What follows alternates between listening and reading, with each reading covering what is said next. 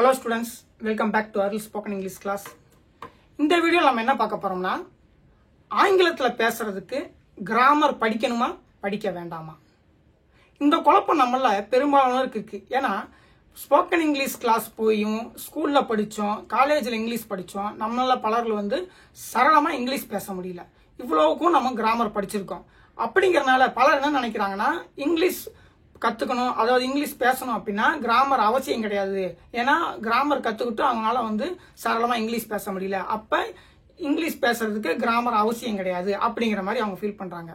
ஆனா இங்கிலீஷ்ல சரளமா பேசுறதுக்கும் நம்ம பேசுற இங்கிலீஷ் கரெக்ட் தான் அப்படின்னு ரொம்ப கான்பிடண்டா பேசுறதுக்கும் கிராமர் கத்துக்கிறது நிச்சயம் அவசியமான ஒண்ணுதான். அதே நேரத்துல இப்ப ஸ்கூல்ல காலேஜ்ல ஸ்போக்கன் இங்கிலீஷ் சென்டர்ஸ்ல சொல்லித்தர அந்த கிராமர் டிரான்ஸ்லேஷன் மெத்தட் மூலமா நீங்க இங்கிலீஷ் கத்துக்கிட்டீங்க அப்படின்னா உங்களால சரளமா இங்கிலீஷ் பேச முடியறது இல்ல. ஏன்னா நீங்க ஒரு எக்ஸாம்பிள் சொல்றேன், நல்லா நோட் பண்ணி பாருங்க. இப்ப இசைஞானி இளையராஜா இருக்காரு. அவருக்கு மியூசிக்கை பத்தி நல்லா தெரியும். அவர் மியூசிக்கை பத்தி நிறைய படிச்சிருக்கிறாரு. அவருக்கு என்ன ராகம், என்ன தாளம், ஹை பிச்சா, லோ பிச்சா, இந்த மாதிரி அவருக்கு எல்லாமே தெரியும். அவர் ஒரு பாட்டுக்கு மியூசிக் போடுறாரு. இதே இன்னொருத்தர் போட்ட பாட்டோட மியூசிக் அவர் கேட்கிறாரு அப்படின்னா இது ஹை பிச்சில் இருக்கா, லோ பிச்சில் இருக்கா, என்ன தாளத்துல இருக்கு, இந்த மாதிரிலாம் அவர் யோசிப்பாரு. ஆனா நமக்கு மியூசிக்கை பத்தி தெரியாது. நம்ம ஒரு இன்னொரு மியூசிக் டைரக்டர் போட்ட பாட்டை நம்ம பாட்டு நல்லா இருக்குன்னா கேட்போம், நல்லா இல்லைன்னா கேட்க மாட்டோம். அதனால மியூசிக்கை பத்தி நல்லா தெரிஞ்ச இசைஞானி இளையராஜா அவர்கள் இன்னொருத்தர் மியூசிக் டைரக்டரோட பாட்டை இது என்ன தாளம், என்ன ராகம், அந்த மாதிரி தான் யோசிப்பாரு. மியூசிக்கை பத்தி தெரியாத நம்ம அந்த பாட்டை என்ஜாய் பண்ணிட்டு போவோம். ஸோ அப்ப கிராமர் அவசியம் இல்லை அப்படின்னு சொல்லி நினைக்கிறீங்கன்னா இல்ல, அப்படி கிடையாது. கிராமர் அவசியம். ஏன் அப்படின்னா கிராமர்ங்கிறது நம்ம உடல்ல இருக்கிற எலும்பு மாதிரி. அந்த எலும்பு மேல இருக்கிற சதம் தான் வேர்ட்ஸ். ஸோ கிராமர் இருக்கிறது தெரியாது.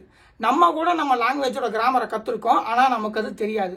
ஃபார் எக்ஸாம்பிள் நம்ம லாங்குவேஜ் தாய்மொழி தமிழ்ல ஒரு விஷயத்த நம்ம தப்பா சொன்னோம்னா இல்ல இது தப்பு அப்படின்னு சொல்லுவோம். ஏன்னா இலக்கணப்படி அது தப்பு அப்படின்னு சொல்றவங்க நாலேஜ் நமக்கு இருக்கும். ஃபார் எக்ஸாம்பிள் நான் உங்களுக்கு ஒரு சொல்றேன் பாருங்க. இப்ப அவன் வருகிறான் அப்படிதான் நம்ம எழுதுவோம். இந்த அவன் போட்டு இங்க வருகிறாள் அப்படின்னு சொல்லி நம்ம எழுத மாட்டோம். இது தப்பு. ஏன் அப்படின்னா இந்த ராள்ங்கிற விகுதி பெண்பாலை தான் குறிக்கும்.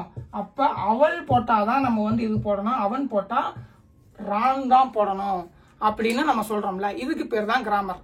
இந்த மாதிரி ஒவ்வொரு விஷயத்துக்கு பாஸ்ட் டென்ஸ், ஃபியூச்சர் டென்ஸுக்கு இப்படி போடணும் அப்படிங்கிறதுக்கு பேர் தான் கிராமர்.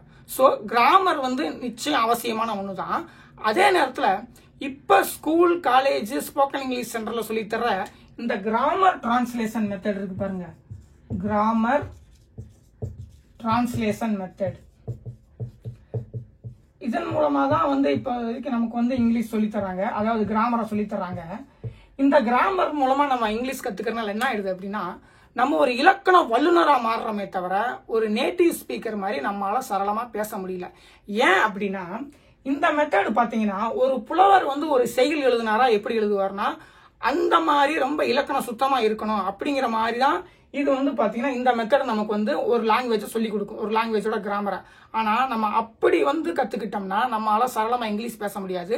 அப்படி இந்த மெத்தட் மூலமா, கிராமர் டிரான்ஸ்லேஷன் மெத்தட் மூலமா நம்ம இங்கிலீஷ் கத்துக்கிறதுனால நம்ம இங்கிலீஷை பேசும்போது நம்ம ஒரு ஃபியூச்சர் டென்ஸ் வெர்பை எடுக்கிறோமா, பாஸ்ட் டென்ஸ் வெர்பை எடுத்து பேசுறோமா, இந்த மாதிரி கன்ஃபியூஷன் இருந்துகிட்டே இருக்கும். ஆக்டிவ் வாய்ஸ்ல பேசுறோமா, பேசிவ் வாய்ஸ்ல பேசுறோமா, டைரக்ட் ஸ்பீச், இன்டைரக்ட் ஸ்பீச், இந்த மாதிரி நம்ம பிரைன் இப்ப நம்ம என்ன வேர்டு செலக்ட் பண்ணணும், எந்த டென்ஸ் நம்ம செலக்ட் பண்ணணும், என்ன வெர்பு செலக்ட் பண்ணணும், என்ன அட்ஜெக்டிவ் செலக்ட் பண்ணணும், இந்த மாதிரி நமக்கு நிறைய கட்டளையை சொல்லிட்டே இருக்கும்.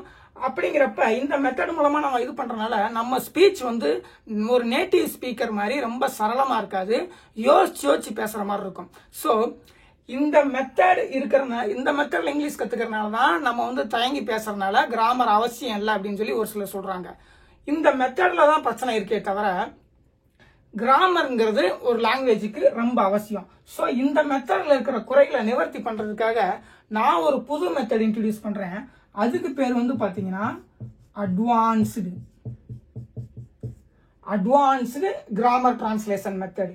இந்த மெத்தட் உங்களை அட்வான்ஸ்டு கிராமர் டிரான்ஸ்லேஷன் மெத்தட் வந்து உங்களுக்கு கிராமரும் சொல்லித்தரும். அதே நேரத்தில் இந்த மெத்தட் மூலமா நீங்க சரளமா ஒரு நேட்டிவ் ஸ்பீக்கர், அதாவது ஒரு இங்கிலீஷை தாய்மொழியா கொண்டவர் எப்படி இங்கிலீஷ் பேசுறாரோ அது மாதிரி நம்மளாலும் பேச முடியும். ஸோ இந்த மெத்தட் பார்த்தீங்கன்னா ஸ்போக்கனை வந்து சூப்பரா இருக்கும். கிராமர் டிரான்ஸ்லேஷன் மெத்தட் வந்து உங்களுக்கு வந்து ரிட்டனை மட்டும்தான் ஹெல்ப் பண்ணும். அதாவது நீங்க ஒரு எஸ்ஏ சூப்பரா எழுதலாம், ஒரு பேராகிராஃப் எழுதலாம், ஒரு லெட்டரை படிச்சு அதோட மீனிங் சொல்லலாம். ஆனா பேச சொன்னா தயங்குறீங்க. இதே அட்வான்ஸ்டு கிராமர் டிரான்ஸ்லேஷன் மெத்தட் வந்து உங்களுக்கு கிராமரும் சொல்லித்தரும். அதே நேரத்தில் நீங்க சரளமா பேசுறதுக்கு எப்படி கிராமர் கத்துக்கணும் அப்படிங்கறதையும் சொல்லித்தரும். So grammar அவசியம்தான். இப்ப ஸ்கூல் காலேஜ்ல சொல்லித்தர அட்வான்ஸ்டு கிராமர் டிரான்ஸ்லேஷன் மெத்தட் வந்து பாத்தீங்கன்னா உங்களை ஒரு இலக்கண வல்லுநராக்கும், சரளமா பேச விடாது. இந்த அட்வான்ஸ்டு கிராமர் டிரான்ஸ்லேஷன் மெத்தட் வந்து பாத்தீங்கன்னா இதுவும் உங்களை ஒரு இலக்கண வல்லுநராக்கும், ஆனா சரளமா ஒரு நேட்டிவ் ஸ்பீக்கர் எப்படி பேசுறாரோ அப்படி பேச விடும். ஸோ எல்லாரும் இந்த சேனலை சப்ஸ்கிரைப் பண்ணிக்கங்க, உங்க ஃப்ரெண்ட்ஸ் அண்ட் ரிலேட்டிவ்க்கு ஷேர் பண்ணுங்க. நெக்ஸ்ட் வீடியோல மீட் பண்ணுவோம்.